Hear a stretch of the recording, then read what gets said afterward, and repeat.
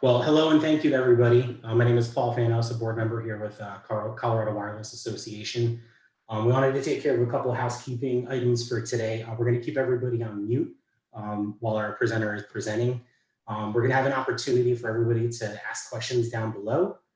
There's a chat and there's a Q&A section. So if you have anything that comes up, feel free to drop it there.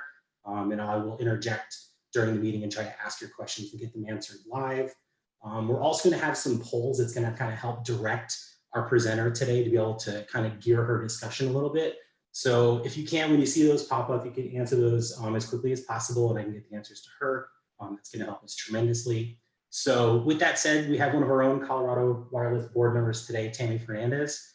She's with ettain Group, a talent solutions company, and she's going to be talking about all of our job seeking tips in this virtual crazy world that we're living in. So with that, I'll turn it over to Tammy. Thanks, Paul. And what a crazy virtual world we are in. As Paul said, I'm Tammy Fernandez. I am a sales manager with ettain Group. We are a talent solutions company. We offer both recruitment solutions and managed solutions in 5 key areas. We work in digital, technology, professional, and government. We can offer an individual with a specific skill set, I always have a hard time getting that out, or a large number of resources under our direction or yours based on when and how you need them. So in this crazy world that we're in right now, we're going to talk about job seeking tips, and more importantly, how do you stand out in a virtual world? Imagine a baseball stadium, if you will, and what we used to see was thousands and thousands of fans sitting out there. And we were one of many, and we still are one of many. But thinking about baseball and sitting in those stands and looking around, there's no one for you to congregate with. There's no one for you to talk to. And certainly no way for you to stand out when you can't be in that stadium. So how do we stand out? I'm going to share some of the best practices and tips that I've found especially helpful. And some may seem obvious. However, you'd be surprised at what some people will miss, which can really have an impact whether they get noticed and get the job. So the 3 areas that I would like to talk about is be professional and understanding what makes up your personal brand and why does that matter.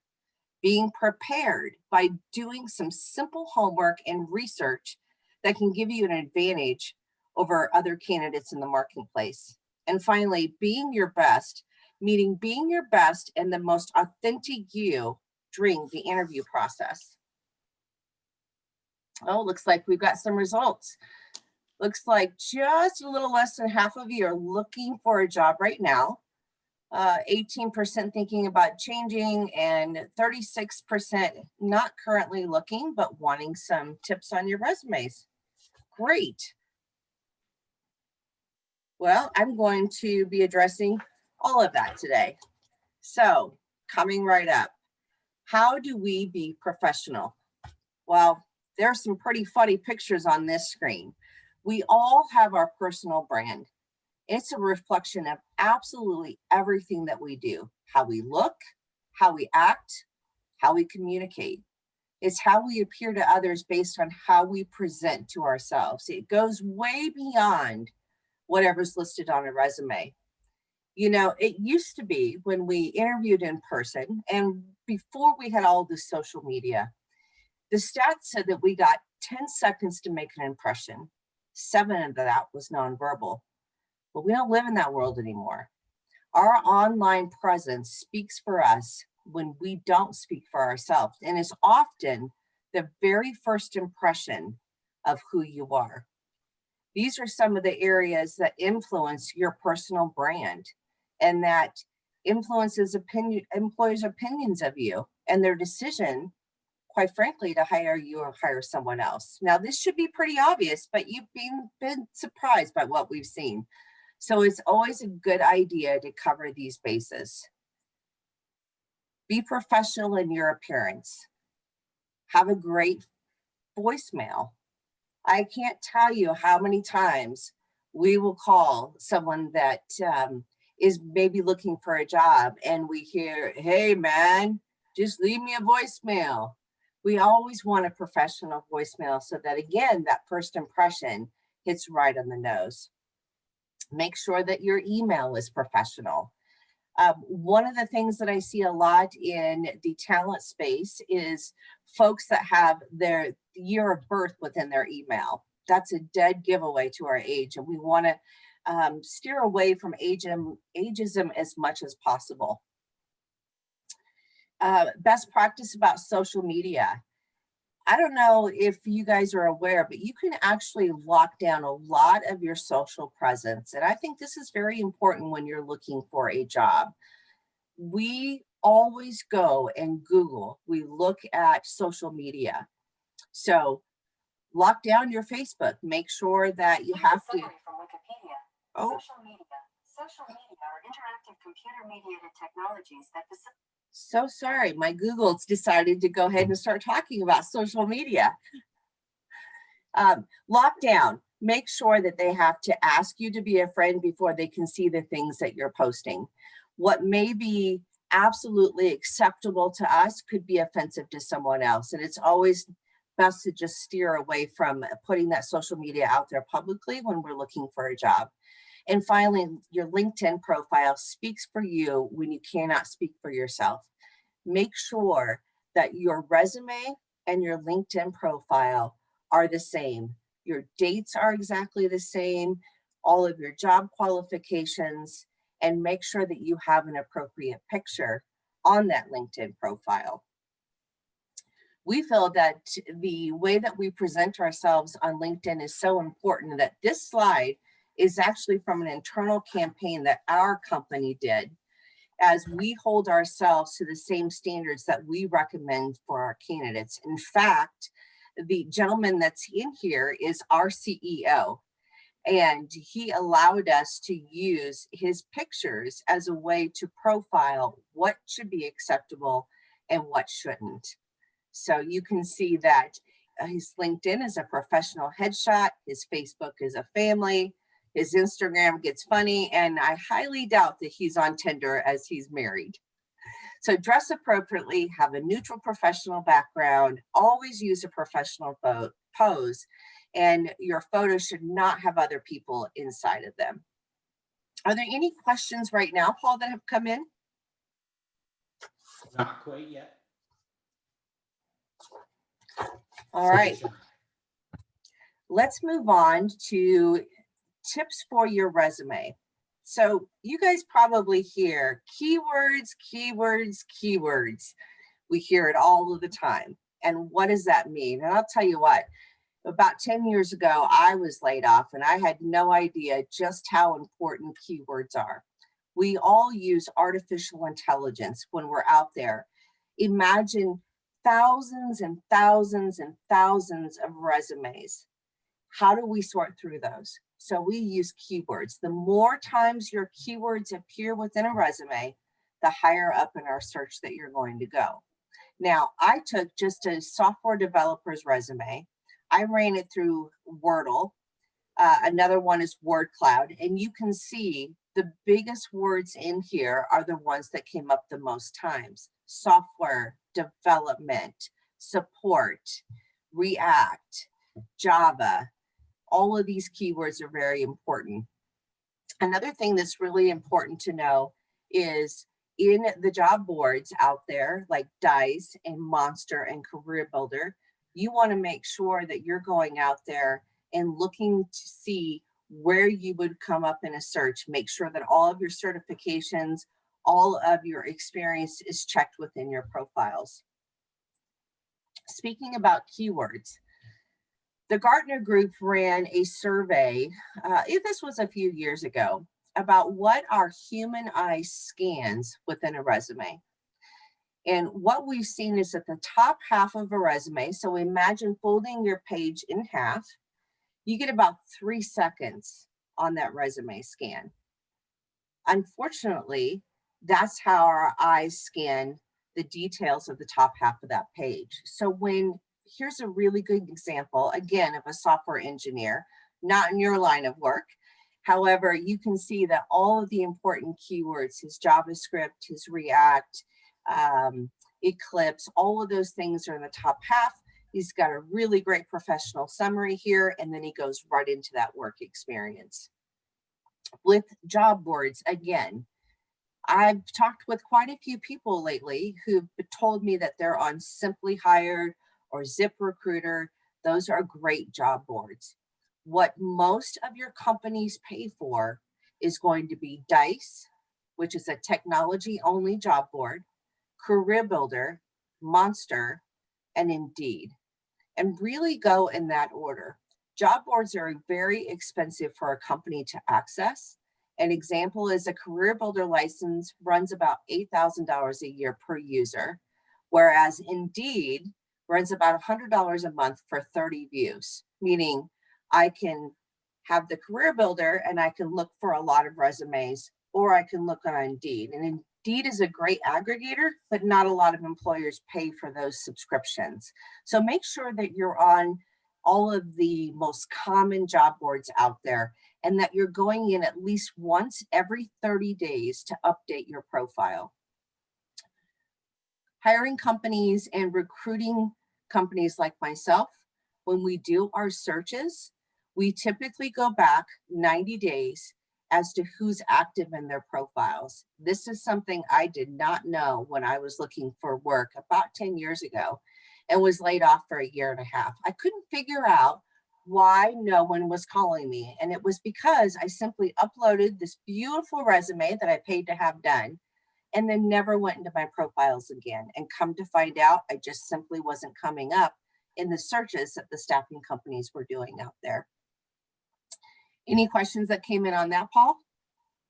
Yeah, I have two, and there's one very similar to what you were just talking about. And someone wanted to know, can you address during the online application process why someone doesn't hear back even though they're well qualified for the job?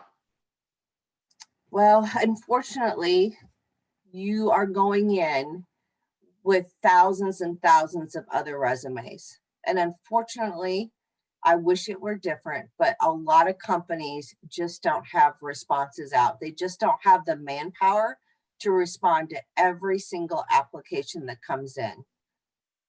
Again, we go through the artificial intelligence, but that's just the truth of the matter. A lot of times your resume is just going into a database. Someone's going in and looking for those keyword searches to try and find your resume out of the 2,000 or 3,000 that might have similar keywords in them. I've also heard that there's something called an automatic filtering system, or ATS. Is there any better way to make it through that filtering system, other than keywords? Sure. Keywords, I cannot stress enough, keywords, keywords, keywords. We hear it all of the time. The other thing is to make sure that you've clearly got your name and your phone number and your email address, and preferably a LinkedIn profile at the very top. Don't repeat those as you go through. Make sure that once your resume goes in and it uploads, that it can scan from top to bottom. When we have phone numbers and email addresses that are at the top of every single page, they can tend to break. If you repeat them in the second page, it breaks the way that an ATS system will scan your resume. I hope that answered the question. There's really, the only time that you're going to get a filter is with the person that's looking at your resume. Otherwise, it always goes right into the database.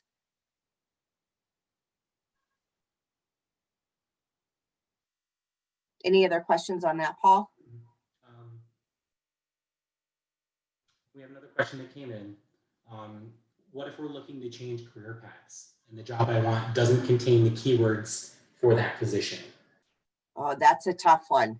That is really tough. Anytime that you want to change your career, you want to change industries, networking is really going to be your best bet. Network and start calling and talking with recruiting firms that specialize in the area that you want to go into. Unfortunately, without having those keywords on your resume, it's going to be very hard for someone like myself to find you. One of the things that you can do is in your LinkedIn profile, we spend so much time on LinkedIn looking at profiles, is to, in your profile summary, is to really talk about the career that you'd like to have, what you're looking to go into, and what you're currently doing to advance yourself inside of that career. And then you can go on LinkedIn and start networking with recruiting firms and or looking at folks that you're connected with and look for people that you might want to potentially interview with and see where you have those connections. Start building that network. And I almost think of it as a cobweb on LinkedIn. So you're right here, here's your connections, and then you want to see who those people are connected to and see who might be able to help you branch out in that career search. Thank you, Tammy. I'm not used to not having an interactive audience, Paul. It's okay. We'll make sure that they're interactive at the end of this. If I did not answer those questions, or if you have more questions about it, please let me know at the end. I'll be happy to talk with you or even individually. All right. Preparing for your job interview. So you've got your online profiles, you've got your pictures, you've got your LinkedIn, everything looks fantastic. Someone has called you, your keywords have made it through, someone's called you and said, this company wants to interview you. Now what do you do? Well, let's talk about that. So first of all, you want to make sure that you've read and you understand the job description. If it's available to you prior to your interview, I think it's a good idea to have that job description right in front of you while you're interviewing. Go visit the company's website. Understand what they do, what's important to them, who do they serve, what charities do they get engaged in, what's their mission statement. Is there any news and events that have come out? Some companies even go so far as to have their executive team bios out there. Take a look at it. Take the extra step to Google the company, see what others are saying about them, see what articles are out there about them. And by all means, look up the LinkedIn profiles of the people that you're going to be interviewing with. You guys probably see out there that you will get emails that show you who's viewed your profile on LinkedIn. Well, your hiring managers get that as well. So showing that you've taken the initiative to go look at their LinkedIn profiles could be the difference. It also gives you an opportunity to look at that person's background, their education, what organizations do they follow. You might find something in common that you can work with during the interview. And don't be afraid to share things about yourself. Be yourself on an interview. I'm looking at the poll results right now.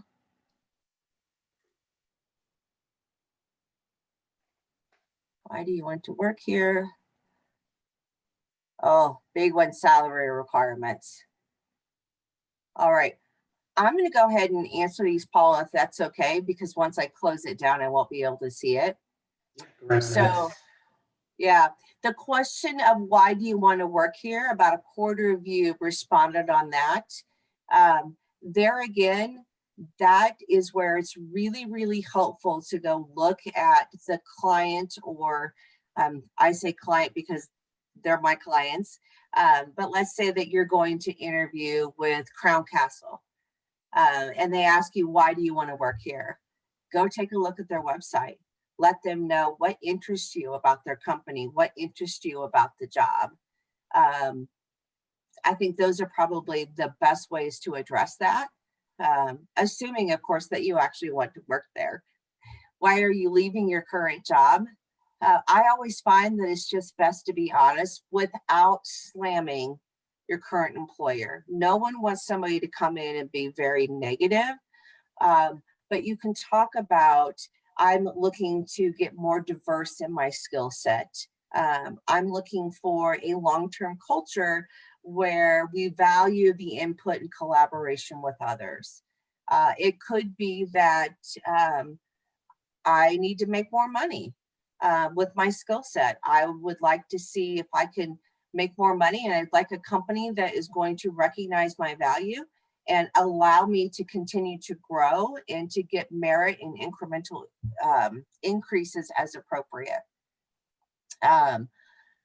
What are your salary requirements? This is a tough one because some states have now said that we can't talk about salary requirements. I think this is an important one to really think about what it is that you want in a salary, but more important than the salary is, what do you want your entire package to look like? What's important to you? For me personally, health benefits are extremely important to me. So I tend to look at the entire package together. But before I would offer my salary requirements, I would turn that question back around and ask, what is the salary range of the position that I'm getting ready to interview for? Because you want to make sure that that's going to be within a range that's going to be acceptable to you. And then you can talk about what you are looking for in a position and from a total compensation, rather than just a salary, total compensation, including bonus. If it's a higher level executive position, sometimes stock options come with those. Think about the entire package that you're looking for. And then what is your greatest weakness? I always turn my weakness into a strength. And sometimes it's my greatest asset and sometimes it's my greatest liability. For me, it's that I want to help others and I want others around me to succeed. And sometimes for me, I get taken advantage of. And so think about what you think your greatest weakness is, but then think about how it could be a weakness or a liability. I mean, a weakness or an asset. Great questions. All right, let's talk about how we're going to nail the interview. So what do you want to have in front of you? Have a copy of your resume and the job description in front of you. Be prepared to discuss absolutely anything on your resume, how they relate to the job duties or the job requirements. This is very, very important. I see a lot of folks that will fluff their resume. Please don't do that. If there is something on your resume an employer asks you, you have to be prepared to speak to it. Make sure that you have a pen and paper to take notes with. Write down the names of the people that you're speaking with, the questions that they ask you, any items that you need to bring up when it's time for you to answer or ask questions. You will come up with questions as you go through that interview. Think about, when I said be prepared to talk about yourself, think about what your elevator pitch is. And doesn't need to be long, but generally, a lot of times, the first question that an interviewer, again, can't talk today, will ask is, tell me about yourself. What can you tell me about your background? What's your story? And I like to have 30 seconds prepared of who I am and why it's important. Make sure that you're going to be able to ask plenty of questions. Think about what is important to you.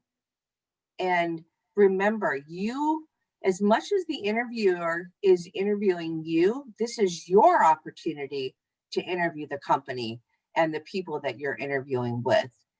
Ask plenty of questions during the interview. Find out what they are struggling with. And then you can share examples of times that you face those challenges and how you can help them succeed. Approach the interview almost with the mind of a consultant. This is what you are looking for. This is how I can best help. And always, always be honest with answers. If you're caught off guard by a question and those questions can oftentimes ruin an interview. Be prepared and be honest. I'm not sure of the answer. I can't think of that right now, but I'd be more than happy to get back with you on that question. Also, have good reasons why you're interested in working for the company, why you're on the job market, and why they should hire you instead of someone else. Technical questions, again, if you're not sure of the answer, please don't ever say, I'd have to Google that. Always be specific about what sources that you would go to. And Google might be one of them, but what websites would you look at? What books or manuals would you go to? What forums would you go to? Rather than, I just Googled the answer. When you're asked about situational or behavior questions, think about specific examples. And what I mean by this is think about the situation, what action you took, and what result came because of those actions. Tell a story around it. Describe the situation, how you handled it. Here's what I did, or here's how our team handled it. And then what was the result and what did you learn from it? And then always make sure that you know what type of interview that you're walking into. Is it just a phone interview? Is it a video interview? Or are you expected to be on site? And if you're expected to be on site, which is rare these days, but if you are, ask what their policies are for COVID. Make sure that you have a mask with you. Make sure that you've got hand sanitizer in case the company doesn't supply it. And what will you be expected to answer or complete before you're able to walk into a building? Some companies have little booths set up outside the buildings where they'll take your temperature. They'll ask you certain questions. So it's best if you're going to be on site to get there about 10 to 15 minutes early. Any questions on that, Paul? A little bit off topic, but I'd like to ask it now. How do you see the labor market changing since COVID, and will there be more work from home requirements? Sure. We've seen the labor market change pretty dramatically this year. So when COVID first hit in March, everybody went to a work from home environment from a technology perspective or from a corporate perspective. And then through the month of April, it was really, we're just going to kind of have status quo. Towards the end of April, beginning of May, companies started to look at where do we need to reduce headcount, where do we need to reduce finances. We really saw a downshift in hiring April, May. About the end of June, we started to see a little bit of an uptick, more for essential positions. At the end of June, 1st of July is when companies started thinking about maybe some return to work options. And then I think that corporate America has really kind of settled into the status quo. And August, September, and October have been our busiest months from a hiring perspective. Each month we're seeing more and more positions come open and more hiring. There is a big push for remote work. You've seen probably in the news where Twitter said, don't ever come back. Everybody's going to be work from home. Google is shutting down some of its campuses. Facebook has announced that they are reducing their corporate real estate footprint. We are seeing either 100% remote or a hybrid. I would say the hybrid is probably the most popular right now.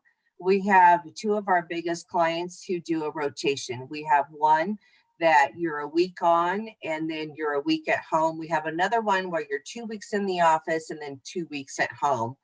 Now, with the recent spikes, we've seen companies that are saying, our spikes are up, cases are up, we're going to go right back into that work from home environment. And we're seeing that they can make that transition very quickly. I think the biggest challenge that we see right now from a work from home environment is really companies that have new folks that are onboarding and not being able to have those face-to-face onboarding trainings. And so companies are adapting. But in answer to your question, we're seeing a tremendous amount of hiring. Companies are looking at their initiatives, really can't afford to wait anymore to see what this is going to do because it's here. And we think it's here to stay until probably, I don't think we'll see things really kind of get back to what we think of a normal until probably 2022. I hope that answered the question. All right. So we kind of left off where know if your interview is in phone or it's video or if it's in person. And the most popular that we've seen right now is video interviewing. So some of the do's and don'ts of being in an interview, it's important in a phone interview that you be clear and concise with your answers because you will not have much time to impress the manager. If you find yourself rambling on for more than about a minute, stop and ask, does that answer your question? And then give the manager the option to continue that train of thought or move on to a different topic. Make sure that you're in a quiet location and that you have excellent reception. If you are at home and you are on a Wi-Fi, it might be best to turn your Wi-Fi off on the phone if it's just a phone interview and just do cellular or your landline.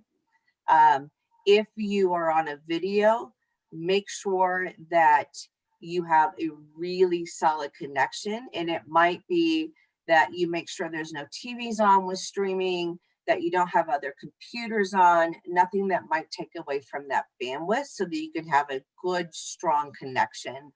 It's best to take notes the old-fashioned way. Please don't type during your interviews. Typing can be very distracting. It's something that is a pet peeve of mine is when I hear typing in the background. And it's also hard for a manager to distinguish between if you're taking notes or if you're Googling the answers. It's also best not to use a speakerphone when interviewing. And the reason for that is because a speakerphone will pick up anything that's going on in the house. So if your furnace comes on, you might hear the furnace kick on. Kind of funny, my water makes a funny sound in the pipes here at the house. So if somebody flushes the toilet, you're going to hear the water rattling through the pipes. And then if you're in a video interview, it's always best to log in a little bit early. We know that there's many different types of way to do a video interview. We have Google Hangouts, Microsoft Teams, Zoom, WebEx, Skype, and you may not have that particular software or that application loaded. So it's best to take a few minutes early and make sure that you're not going to have any technical difficulties. You might have a last minute update that needs to load onto your computer or onto your mobile device. One of the other things is you want to make sure that you have adequate light. I'll tell you, the light right now for me is not very good. Hopefully you're looking at my presentation and not me, but you want to make sure that the person can clearly see you on a video interview. So, and when I say have adequate light, the opposite, don't sit in front of a window because it will create a halo effect behind you and the person on the other side of the screen won't be able to see you very well. Be mindful of what's behind you in the camera.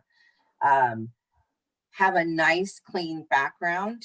I fake mine with flowers. I put a little bulletin board up so that I have a nice clean background. You don't want to have laundry in the background. You don't want to have anything inappropriate on your walls. I had someone interview a few years ago who had a Playboy calendar back there. While it doesn't bother me, you're not quite sure what the other person's going to think of that. So be very mindful of your background. Also, make sure that you can be undisturbed. So if you have children at home while you're interviewing, make sure that they have someone that can watch them and that you won't be disturbed and have distractions coming in and out. Always look directly into the webcam that you're interviewing with. If you are not able to do it on a laptop or a computer that has a camera, make sure that your phone or your tablet is standing up straight rather than having an angle. You want them to be able to look straight at you rather than having a chin view or having a head view. Let's see. And then the last piece is always, always follow up with a thank you note. It might seem old-fashioned, but it really does speak volumes about your ability to follow up and stay on task. It's also, it could be the difference between if I have two people that are equal on paper, really nailed the interview, and one follows up with me and one doesn't, I'm probably going to place or hire the one that followed up with me. If you work with a recruiting firm like mine, we will help you with that follow-up note and remind you and always make sure that the managers get it. And finally, are there any questions? I appreciate you guys muddling through with me. This is the first time I've given this particular presentation, but I'd love to answer any questions that you folks might have. So I have a few more questions before we open it up, if that's okay, Tammy. With regards to the thank you note, should it be handwritten? Is that old fashioned, or does something that's in an email suffice? So I love a handwritten note. I don't think it's, well, I think it is a little old fashioned, and I think that we could use a little more old fashioned in our lives right now. What I will tell you is an old fashioned note in this hybrid world that we're in right now may not actually make it to the person that you interviewed with. So if you know that that person is in a corporate building, then feel free to go ahead and send a handwritten note. I would still send an email just to make sure that that individual gets your follow-up note. Let's not assume that it's going to make it to an individual's hands.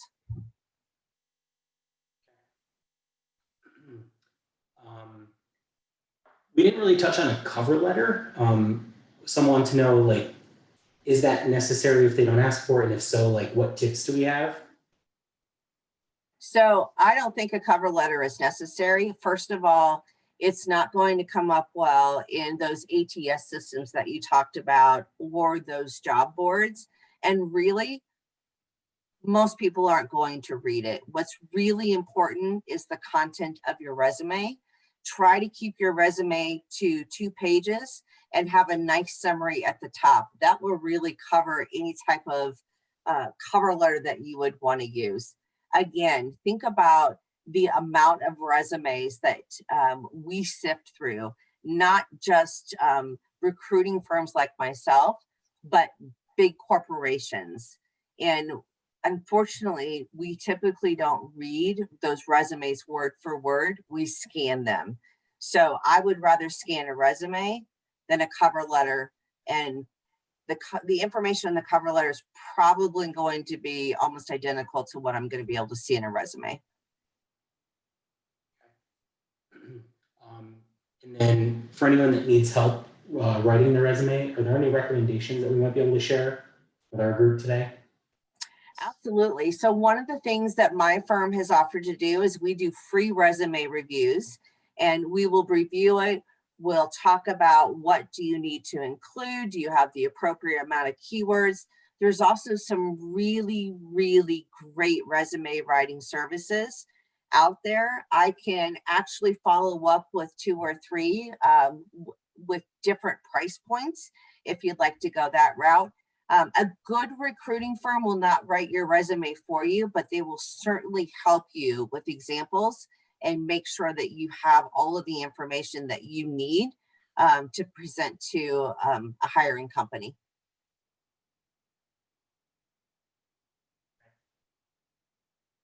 With that, Tammy, I don't have any other questions to ask at this time in the chat board. Hold on, a couple more came through. I lied. So hold on one second. So one person asked, you mentioned having your email and phone number once at the top of your resume. So does that mean we avoid having contact info in a footer? Will that also trip up the system? Yeah, I wouldn't put contact information in a footer. Really, you just need to have it once in your resume, and that's at the very top. A lot of recruiting firms will put our logo at the top, and anywhere else that you might have it, you run the risk of it not formatting correctly. In regards to contact information as well, want to make sure I see folks that have their home address on a resume. You don't need to have that. Have your city, your state, if you want, have your zip code in there. It's really more important that we know what general area you are in, but certainly don't need to have that address. And with some of the security that we've had, Career Builder just had a security breach. They've overcome it, but you don't want your home address out there where someone could potentially get a hold of it and come to your house. Will they come to your house to give you a job? Yeah. I don't think that would be why they would be coming to your house. Another question that someone had is, who could also help with their LinkedIn profile? With the LinkedIn profile? Yeah. Okay. Again, we will go over that when we do a resume review for you. We'll actually compare both. But any resume writing service out there will be able to help you with your LinkedIn profile. In fact, if they don't offer that as part of their package, then quite honestly, I would go somewhere else. You should have someone that is, in addition to helping you write a resume, is looking at your entire online brand. And they will, in fact, I would go out there, a little off topic, but I would actually go out there and Google yourself, see what comes up. And if there's another, I would say my number one flaw is being a perfectionist. yeah, we won't say the GOOGLE word anymore, but if there's someone else that has your same name and there's anything that you find that might be inappropriate or offensive to a company, address that either with your recruiting firm or in an interview. And then the way to push that down is to have great comments, have folks go in and recommend you on LinkedIn. The more things that you can push out there, the lower that those things are going to go into a search.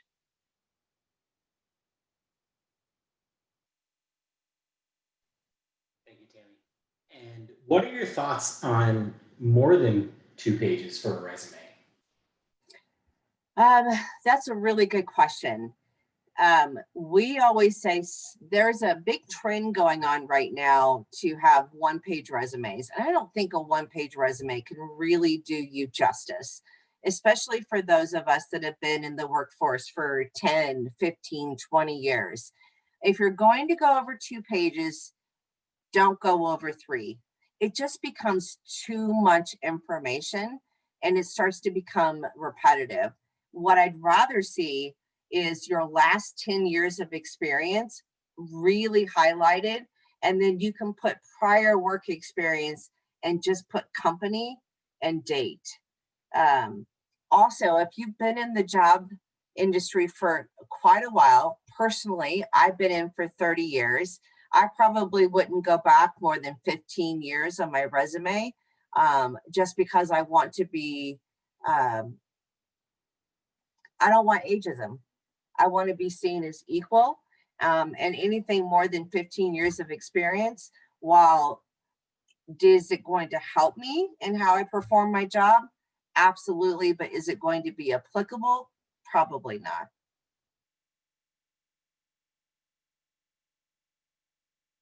Thank you, Tammy. At this time, that ends all of the questions that have been submitted through the chat below. I would encourage others, if you have any of the last minute questions and you don't want to ask them yourselves, feel free to drop them in.